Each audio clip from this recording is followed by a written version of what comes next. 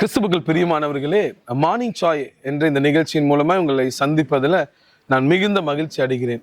இந்த நாளின் தியானத்திற்காக நாம் லூக்கா சுவிசேஷம் 18வது அதிகாரம் 7வது வசனத்தை வாசிக்கலாம்.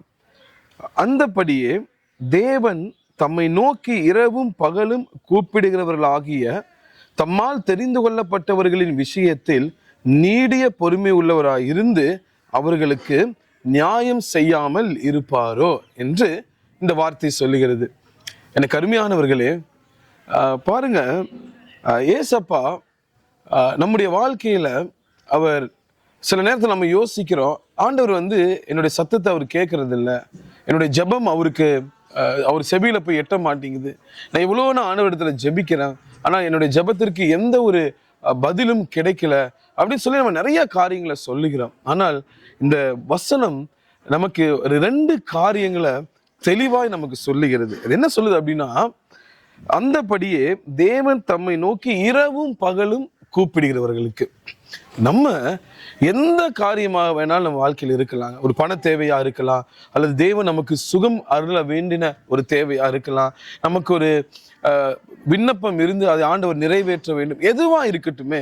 பாருங்க, இந்த வார்த்தை என்ன சொல்லுது, இரவும் பகலும் தம்மை நோக்கி கூப்பிடுறது அப்படின்ட்டு. அப்ப நம்ம இரவும் பகலும் நம்ம ஆண்டவரை நோக்கி நம்ம கூப்பிடும் பொழுது, நம்ம ஜெபிக்கும் பொழுது ஆண்டவர் என்ன தெரியுங்களா செய்கிறாரா, அவர் நீடிய பொறுமையா இருக்கிறாரா. முதல்ல எடுத்தோடனே ஆண்டவர் என்ன செஞ்சது இல்ல, எல்லா காரியத்தையும் அவர் கொடுத்துறது கிடையாது.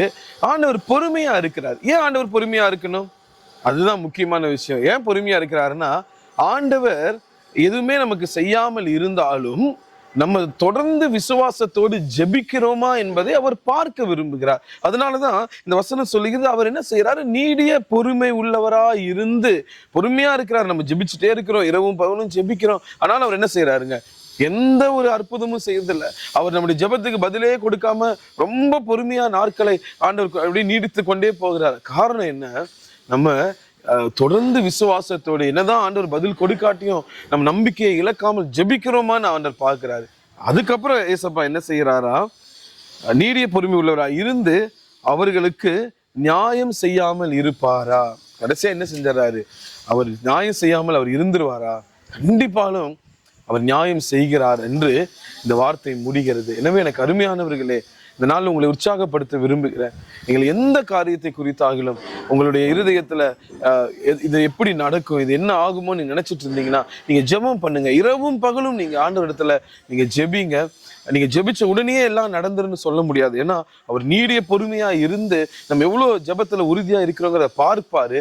அதை பார்த்த தேவன் என்ன செய்வார், நிச்சயமாய் அவர் நமக்கு நீதி செய்கிறவராய், நம்முடைய விண்ணப்பத்துக்கு பதில் கொடுக்கிறவராய், நம்முடைய ஜெபத்திற்கு அவர் நம்ம ஏற்ற ஒரு ஆசீர்வாதத்தை கொடுக்கிறவராக ஆண்டவர் இருக்கிறாருங்க. அதனால இந்த நாள் உங்களை உற்சாகப்படுத்துகிறேன், ஜெபியுங்கள்.